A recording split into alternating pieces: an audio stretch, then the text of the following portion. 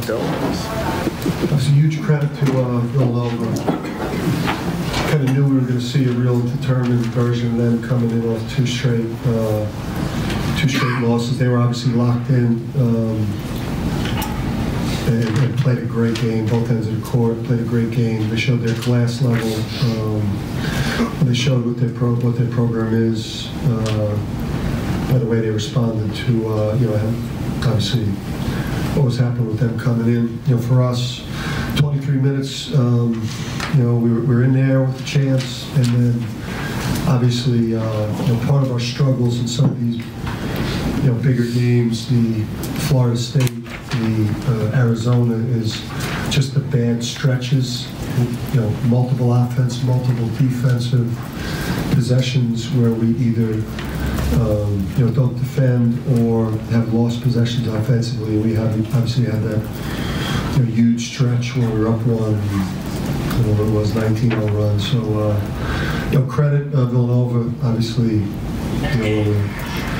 one of the best programs in the country, and obviously we showed, how far away we are from being there today with our performance in front of a great crowd.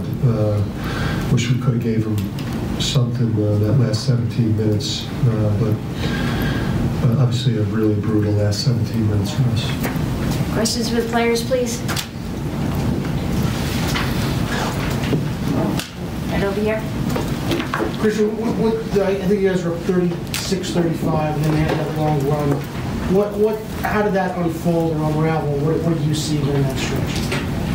We just didn't make enough plays, Like Coach said, give credit to Villanova. They made it a lot harder, to get those easy looks that we were getting in the beginning of the game, or how we got the lead. So I'll just say, credit to Villanova. They did a pretty good job defensively, and then we just got to know where we need to be on offense. And then when plays are not going the way we expect them to, we need our older guards like Tariq, Jalen, and myself and Smith. We just need to make a play for the team.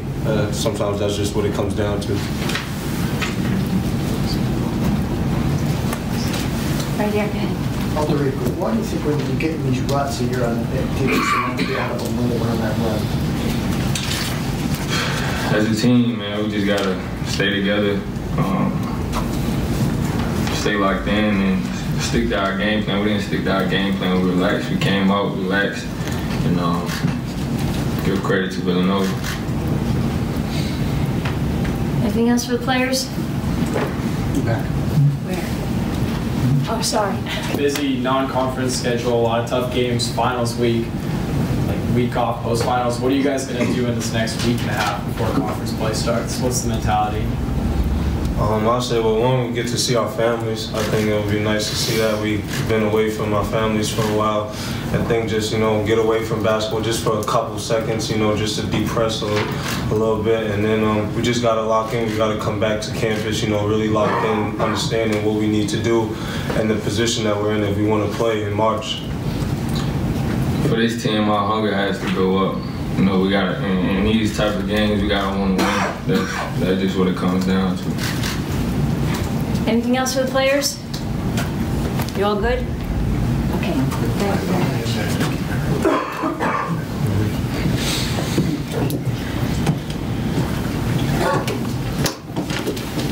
Dan, you've obviously followed the Javon Cornelius saga from afar.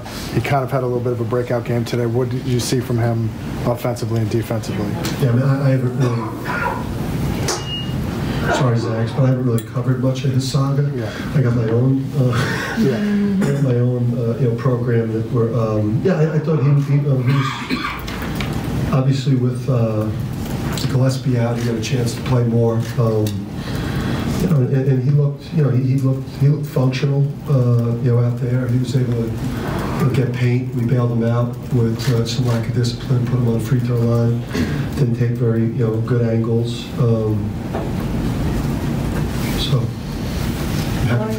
Sorry. All right in the back, please.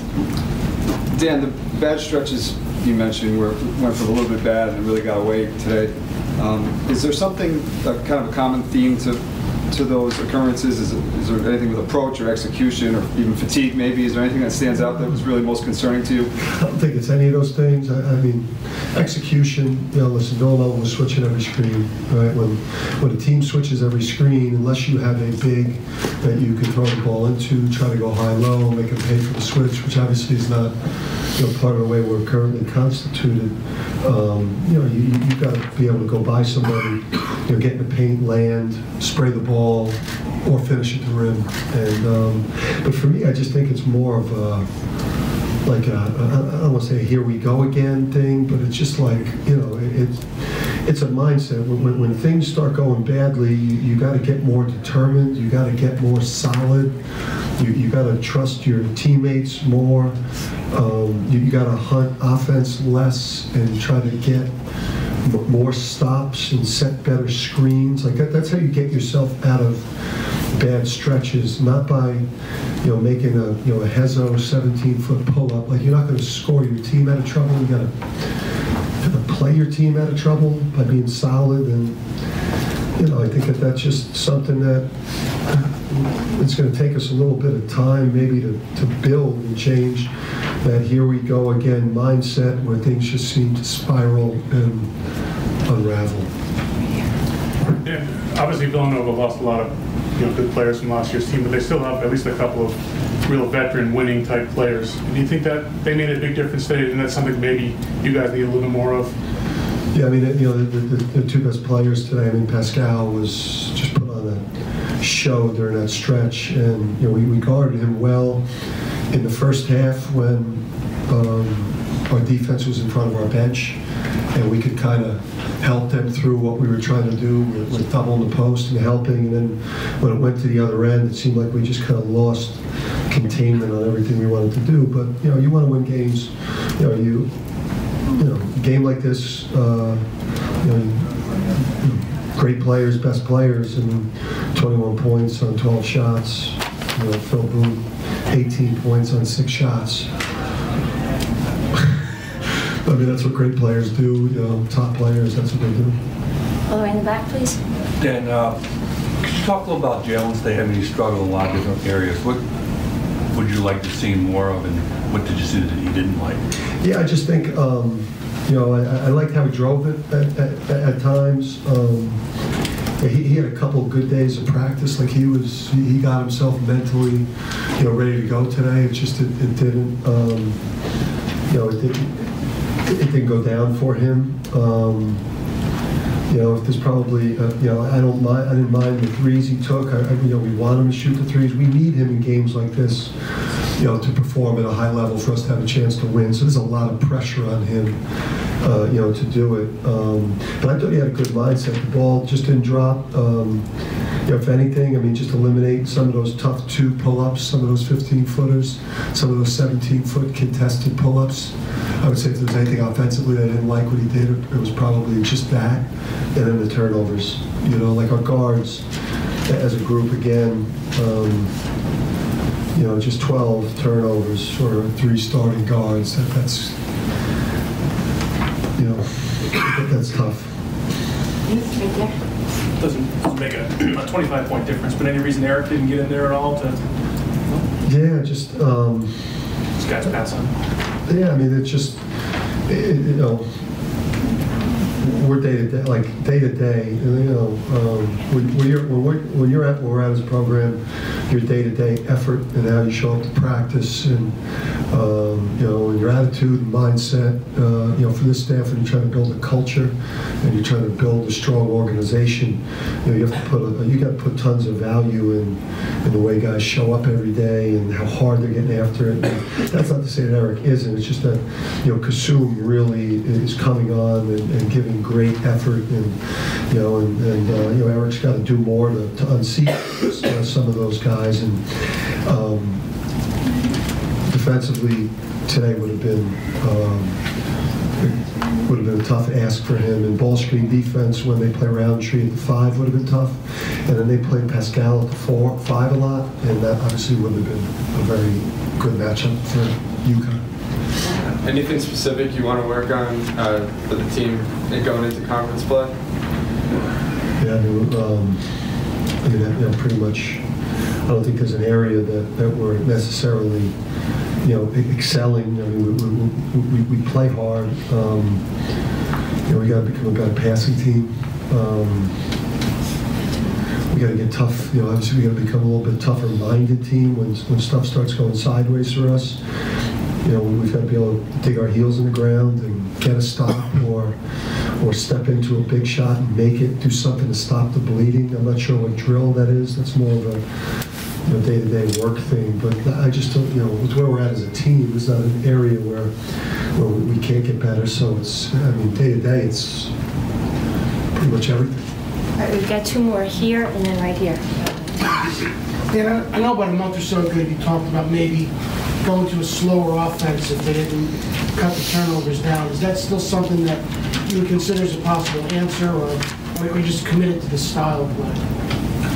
Well, it's a good question. We have a bunch of days to ponder that. Just looking at it preseason, you're saying to yourself, our best way of attacking, if we really have a really great stable of guards, the best way for us to go is to try to push the pace, get the ball down the court quickly, attack, and attack with a bunch of skilled guards and without exactly like a stable of bigs to throw it into. So, but I think obviously going to have a much shorter leash with these guys coming back from the holidays, and shorter leash in terms of if you're not responsible with the ball during the course of the game, you're going to have to come out, when you don't value it the way you should. So, but no, we'll be committed to the pace that we're going to play at.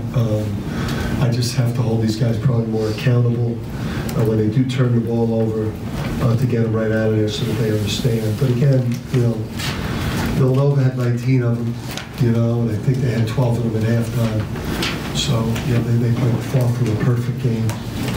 What do you think of the leadership you're getting on the team? I mean, there are times when things start to go south and guys come together. Is there somebody, do you have the people you need to pull guys together at that point? I just think, they try, man. These guys are trying, but, we haven't won a lot. I mean, we've won a lot of big games the last, I guess, almost, 2 1/3 of a year, or 2 years and through 13 games. Like, there's just 30 wins. You know what I mean? Like, there's just not a guy that maybe can rally the troops because there hasn't been a lot of rallying moments to this point. So, but they're trying. And you can see them in the huddles. The guys are talking, and these guys have played their heart out. They've done it the whole year. But playing hard isn't good enough. You've got to take care of the ball. You got to take the right shot. It's everything for us, from leadership to screening. Thanks.